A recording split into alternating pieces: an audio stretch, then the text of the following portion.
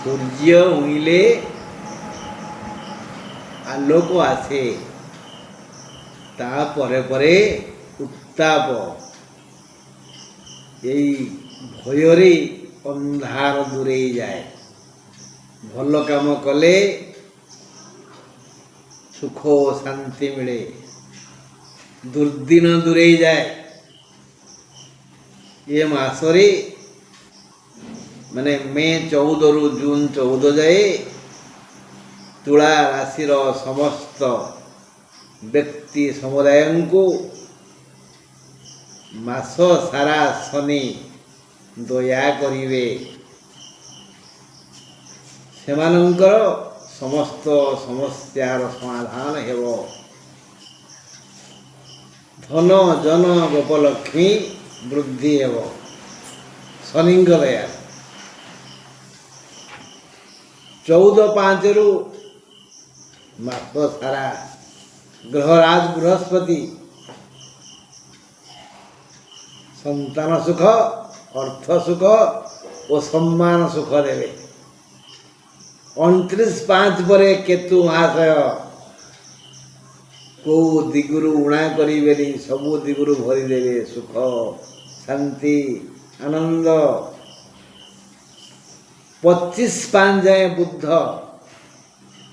ଓ ମାସ ସାରା ମଙ୍ଗଳ ଅନୁକୂଳ ରହିବେ।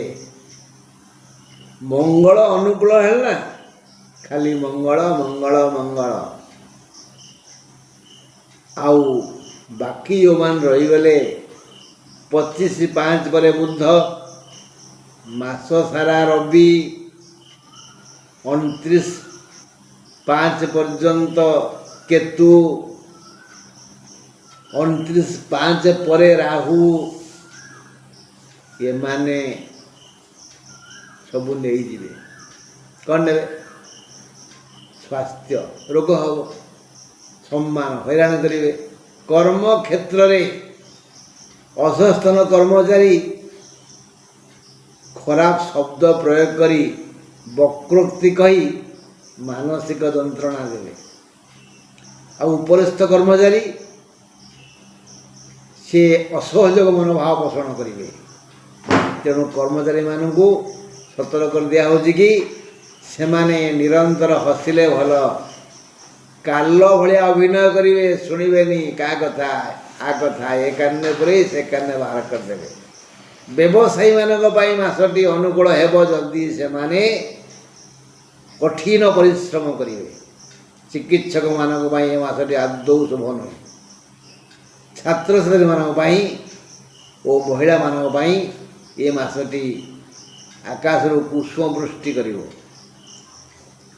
କୃଷକ, ବ୍ୟବସାୟୀ, ଆଇନଜୀବୀ ଓ ଅନ୍ୟାନ୍ୟ ଛୋଟ ମୋଟ ବ୍ୟବସାୟ କରୁଥିବା ସମସ୍ତ ସେବକଙ୍କର ମଙ୍ଗଳ ହେବ। ଏ ହେଲା ଏ ମାସର ସାରାଂଶ।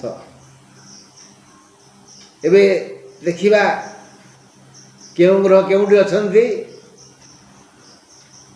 ମୀନରେ ଏବେ 4 ଗ୍ରହ, ବୁଧ, ଶୁକ୍ର, ଶନି, ରାହୁ। 29/5ରେ ରାହୁ ପଳେଇ ଆସିବେ କୁମ୍ଭକୁ। 21/5 ଠାରୁ ବୁଧ ଚେଷ୍ଟା କରିବେ କ୍ରମଶଃ ବୃଷକୁ ଯିବା ପାଇଁ। ମାସ ସାରା ମୀନରେ ଶୁକ୍ର ରହିବେ, ଶନି ରହିବେ। ମାସ ଆରମ୍ଭରୁ ମାନେ 14/5ରୁ ରବି ବୃଷରେ ରହିବେ।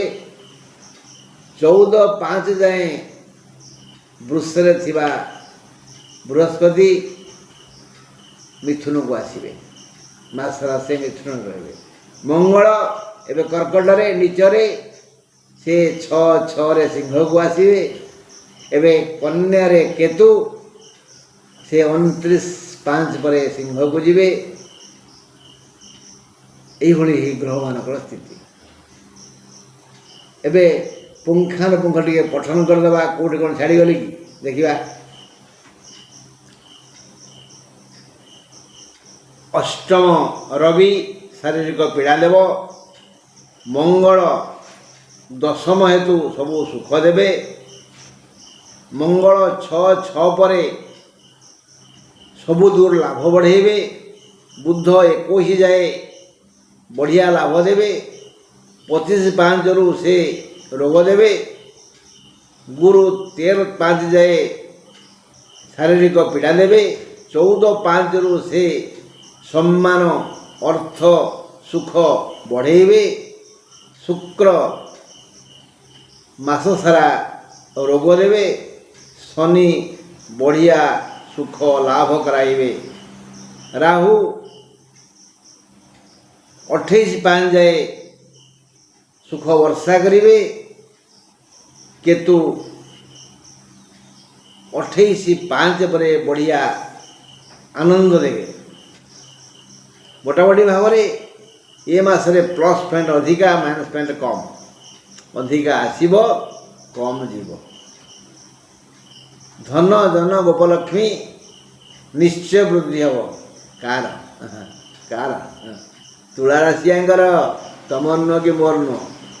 ଯଦି ଆପଣଙ୍କ ତୁଳା ରାଶି ତାହେଲେ ମଙ୍ଗଳ ନିଶ୍ଚୟ ହେବ। ତୁଳା ରାଶିରୁ ଆମେ ଏତିକି ଜାଣିଲେ ଉପର ଆଲୋଚନାରୁ ଯେ ତୁଳା ରାଶିକୁ ମଙ୍ଗଳ ମାସ ସାରା ସୁଖ ଦେବେ। 21/5 ଯାଏ ବୁଧ ବି ସୁଖ ଓ ସୁବିଧା ଦେବେ। 14/5 ବୃହସ୍ପତି ସନ୍ତାନ ସୁଖ ଓ ସମ୍ମାନ ସୁଖ ଦେବେ। ଶନି ମାସ ସାରା ସୁଖ ବର୍ଷା କରିବେ, ଆନନ୍ଦିତ କରିବେ। ରାହୁ 28/5 ଯାଏ ବିବିଧ ଆନନ୍ଦ ଦେଇ ସନ୍ତୁଷ୍ଟ କରିବେ। 29/5 କେତୁ ଧନ ଜନ ଗୋପଲକ୍ଷ୍ମୀ ବୃଦ୍ଧି କରାଇବେ। ମାତ୍ର ମାସ ସାରା ଅଷ୍ଟମ ରବି, 25/5 ଅଷ୍ଟମ ବୁଧ, 23/5 ଯାଏ ଅଷ୍ଟମ ଗୁରୁ, ମାସ ସାରା ଶୁକ୍ର, 29/5 ରାହୁ ଓ 29/5 ଯାଏ କେତୁ ଶାରୀରିକ ଦୁଃଖ ଦେବେ। ରୋଗ ବଢ଼ିବ, ମାନସିକ ଅଶାନ୍ତି ବଢ଼ିବ, ଲୋକ ସମ୍ପର୍କ ଖରାପ ହେବ, କେହି ଆଦର କରିବେନି। ହେଲେ ଆଦର କରିବେ ଯିଏ ମଧୁର ବଚନ କହିବ। ବିନୟ ମଧୁର ବଚନ କହି ତୋଷିବ ପ୍ରାଣୀ ମନ। ଏଣୁ ଯାହା ପାଇଁ ଯେଉଁଟା କର୍ମକ୍ଷେତ୍ର, ସେ କର୍ମକ୍ଷେତ୍ରରେ ସହଯୋଗୀ ମାନେ ନିମ୍ନ ନଗଣ୍ୟ ଶବ୍ଦ ବ୍ୟବହାର କରି ହଇରାଣ କରିବେ। ତଥାପି ଦୃଢ଼ ଇଚ୍ଛାଶକ୍ତି ବଳରେ ସମସ୍ୟାର ସମାଧାନ କରିବେ। ତୁଳା ରାଶିର ସମସ୍ତ କର୍ମବୀର କର୍ମକ୍ଷେତ୍ରରେ ଉନ୍ନତି ହେବ। ବ୍ୟବସାୟରେ ବହୁ ବାଧାବିଘ୍ନ ସୃଷ୍ଟି ହେବ, ତଥାପି ଲାଭବାନ ହେବେ। ଆର୍ଥିକ ସ୍ଥିତି ମଜବୁତ ହେବ। କେତୁ ଓ ମଙ୍ଗଳଙ୍କ ପାଇଁ ନୂତନ ଯୋଜନା ସଫଳ ହେବ। ମଙ୍ଗଳଙ୍କ ପାଇଁ ପାରିବାରିକ ଶାନ୍ତି ଫେରିବ। ମହିଳାମାନେ ସୁବିଧା ଓ ସୁଯୋଗ ପାଇବେ। ପଞ୍ଚମାଧିପ ଶନି ଷଷ୍ଠରେ ହେତୁ ଛାତ୍ରଛାତ୍ରୀମାନେ ଯୋଜନାରେ ସଫଳ ହେବେ। ଚିକିତ୍ସକମାନଙ୍କ ପାଇଁ ଏ ମାସଟି ଆଦୌ ଶୁଭ ନୁହେଁ। ଆଇନଜୀବୀ କୃଷକମାନଙ୍କ ପାଇଁ ଏ ମାସ ଅତ୍ୟନ୍ତ ଶୁଭ ଅଟେ। ସମସ୍ତ ପ୍ରକାର ଛୋଟ ମୋଟ ବାଣିଜ୍ୟ ବ୍ୟବସାୟ କରୁଥିବା ସମସ୍ତ ବ୍ୟକ୍ତିଙ୍କର ମଙ୍ଗଳ ହେବ। ଏ ଗଲା ମେ 14ରୁ ଜୁନ 14 ଯାଏ ତୁଳା ରାଶିର ବ୍ୟକ୍ତିମାନଙ୍କ ପାଇଁ ଭଲ ମନ୍ଦ ଖବର। ରହିଲି ବନ୍ଧୁ, ମୁଁ କୁଳମଣି ପଣ୍ଡା। ମୋର ଫୋନ୍ ନମ୍ବର 8093355583। ଯଦି ଆବଶ୍ୟକ କରିବେ ଫୋନ୍ କରିବେ, ମୁଁ ଦୁଃଖ ସୁଖ ହେବି। ଇତି।